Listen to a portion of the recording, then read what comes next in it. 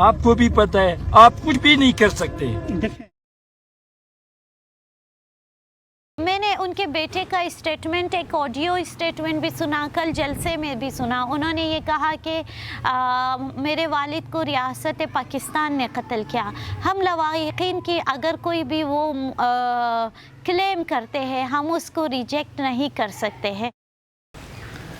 میری طاہر خان ہزارہ سے سب سے پہلے ملاقات تو سچ 2011 میں ہوئی، مگر جب میں بہت چھوٹی تھی تو ان کے بارے میں مجھے علم ہوا تھا جب میرے چچا رفیق الطاف ایڈوکیٹ، وہ خود بھی ہزارہ پروگریسو فورم کے ساتھ اٹیچ تھے، اسی طرح علی رضا منگول، ان کے توسط سے مجھے سننے میں آتا تھا کہ طاہر خان ہزارہ ہے اور وہ لیڈ کرتے ہیں ہزارہ پروگریسو فورم کو.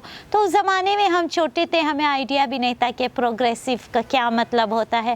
مگر 2011 میں جب ہزارہ ٹاؤن میں بہت بڑا بلاسٹ ہوا تھا اور لوگوں نے دھرنا دیا تھا، تو ایسا جو خواتین میں جو ان دنوں ہم نئے ایکٹیویزم کر رہے تھے، جو پہلی دفعہ جو عورتوں کی جو تحریک مرچ کر رہی تھی ہزاروں میں، تو وہاں پر میری ملاقات خان صاحب سے ہوئی تھی. جب مڈ نائٹ دھرنا لوگوں نے کہا ہم ختم کریں گے، تو لوگوں کے بیچ بہت زیادہ ایجیٹیشن تھا، بہت ناراضگی تھی کہ شاید دھرنا ختم نہیں کرنا چاہیے. تو اس دوران اکثر کے ایکسپیکٹیشن تھے کہ خان صاحب سے بات کی جائے، اور وہاں پر میری ان سے ملاقات ہوئی تھی کہ خان صاحب کیا سوچتے ہیں اور کیا بولتے ہیں. اینڈ ہز آئیڈیولوجی واز، ان کی نظریہ مجھے بہت متاثر کن لگا تھا.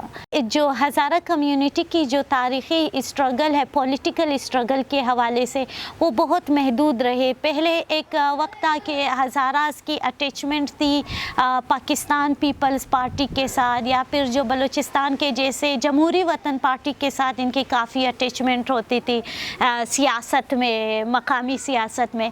تو وہاں پر جو لفظ پروگریسو تھا وہ خان صاحب کے ہی جماعت نے سیاسی نظریے کے طور پر انٹروڈیوس کی، کیونکہ ایک چھوٹا قبیلہ تھا. بعد میں ہوا یہ کہ ہمارے ہاں ایک سیکٹ کے بنیاد پہ ایک سیاسی جماعت بن گئی جو مجلس وحدت مسلمین، اور دوسرا ہزارہ ڈیموکریٹک پارٹی جو ایتھنک کے بنیادوں پر یا نیشنلزم کے بنیادوں پر انہوں نے بنائے.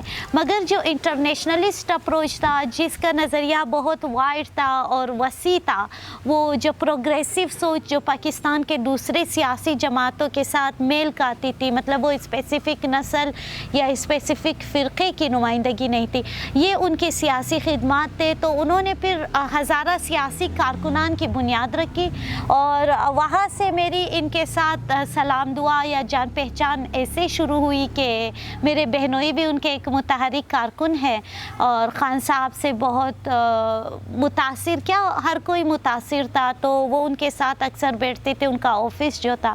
تو وہاں کیونکہ ہمارے نظریات میں بھی ایک ترقی پسند نظریے سے، کیونکہ میرا عوامی ورکرز پارٹی کے ساتھ ایفیلیشن رہا، تو اس طرح سے ہماری کنیکشن ہوئی.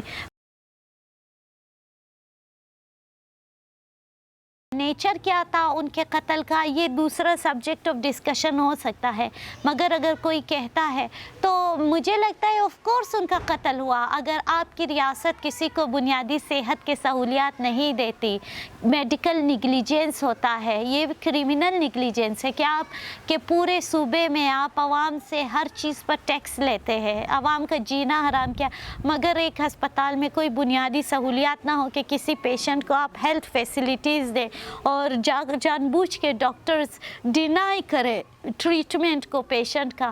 دیٹ مینس کہ یہ قتل تھا اور اٹ از اے مرڈر. تو ہم اس کو، میں لواحقین کے کلیم کو ڈینائی نہیں کرتی ہوں. اصل میں وہ تھوڑا سا زور سے سنتے تھے، تو میں ان سے بہت، ایک دن میں نے دل کی باتیں کی نا، ایسے خان صاحب یہ ہے وہ ہے.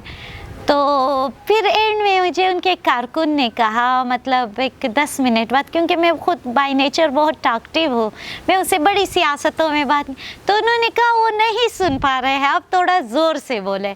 تو پھر وہ خود بھی ہنسے. میں نے کہا کہ ہم لوگ کبھی ہو جاتا ہے. میں نے ان کو بہت بہادر پایا، میں نے ان کو بہت